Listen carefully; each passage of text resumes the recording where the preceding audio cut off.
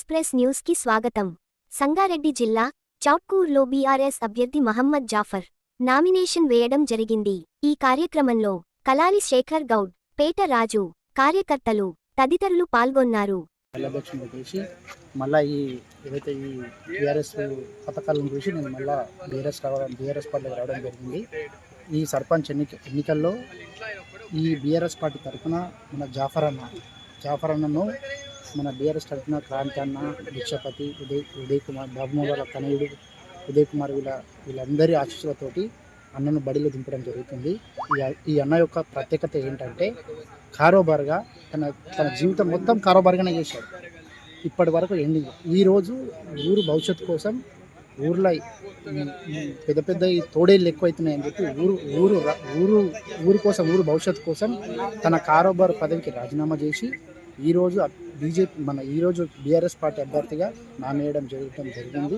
అదేవిధంగా ఈ రోజున్న ఈ చౌటకూరు గ్రామ పంచాయతీ పరిస్థితి ఎలా ఉందంటే ఈ పెద్ద పెద్ద తోడేళ్ళన్నీ ఎలక్షన్ టైంలో వచ్చి ఊర్లో చిన్న చిన్న లీడర్లను పైకి రానికుండా తొక్కుకుంటా ఎలక్షన్ టైంలోనే కనబడతారు, మళ్ళీ ఎలక్షన్ టైం తర్వాత కనబడారు.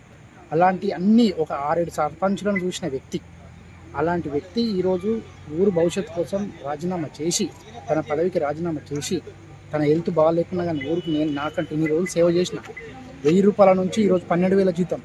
ఈ జీతం వరకు ఇన్ని రోజులు నా ఊరు కోసం కష్టపడ్డా. నా ఊరు ప్రతి ఒక్క వార్డు సమస్యలు కానీ ఏ సమస్యలు కానీ పదవి లేకున్నా కానీ నేను చేసిన.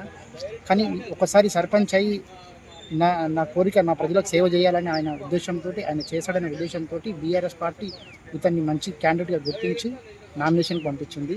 ప్రాంతాన్ని ఆధ్వర్యంలోనూ, భిక్షపతి ఆధ్వర్యంలోనూ, బాబు మోహన్ తన ఉదయ్ సార్ ఆధ్వర్యంలోనూ నామినేషన్ ఇవ్వడం జరిగింది. నమస్కారం.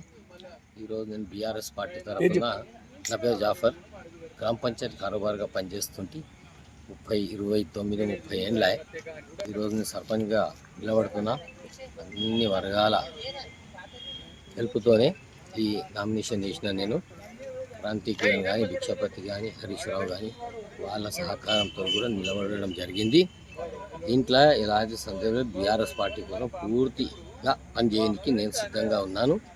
నేను ఇక కారోబార్ ఎందుకు విడిచిపెట్టినా అంటే ఏమవుతుందంటే కారోబార్ ఉండడం వల్ల నేను రాజకీయంగా ఏం చేయలేకపోతున్నా. అందుకోసం కారోబార్గా విడిచిపెట్టేసి రాజకీయంగా ఈరోజే అరంగేటం చేసిన. ఇక్కడ నుంచి ఏ ఎలక్షన్లు రాని అన్నిట్లో పార్టిసిపేట్ చేస్తాను, అందరికీ న్యాయం చేస్తాను. మళ్ళా 12 మంది 13 మంది సర్పంచ్లు అయినరు ఇప్పటి వరకు, కానీ ఏ సర్పంచ్ కూడా అభివృద్ధి అనేది లేదు. కొత్తగా వచ్చినప్పుడు ఒక ఏడాది అభివృద్ధి చేయాలి, ఆడికి వెళ్ళి మళ్ళీ పాత కథలు చేయాలి. ఇది నాకు తెలుసు, ఎందుకంటే నేను కారోబార్గా చేసిన కాబట్టి నాకు తెలుసు ఇది. ఇప్పుడు ఏంటంటే అటువంటి పనులు జరగకుండా, అటువంటి పనులు ఏ పని కానీ జరగకుండా అక్కడ బందీగా ప్రణాళిక తయారు చేసి ఊరును అన్ని విధాలా ఈరోజు నేను సహకరిస్తానని ఈ సభ మీకు తెలియజేస్తాను. హరీష్ రావు కానీ, క్రాంతి అన్న కానీ ఈ ముగ్గురు కలిసి కూడా నాకు ప్రోత్సహించారు. కాబట్టి వాళ్ళకి నేను ధన్యవాదాలు తెలుపుతున్నా. గ్రామస్తులు నా వెంబడి ఉన్నారు, పని చేస్తా అని వాళ్ళ గ్రామస్తులకు తెలుసు. కాబట్టి నేను వర్క్ చేసి నిరూపిస్తాను.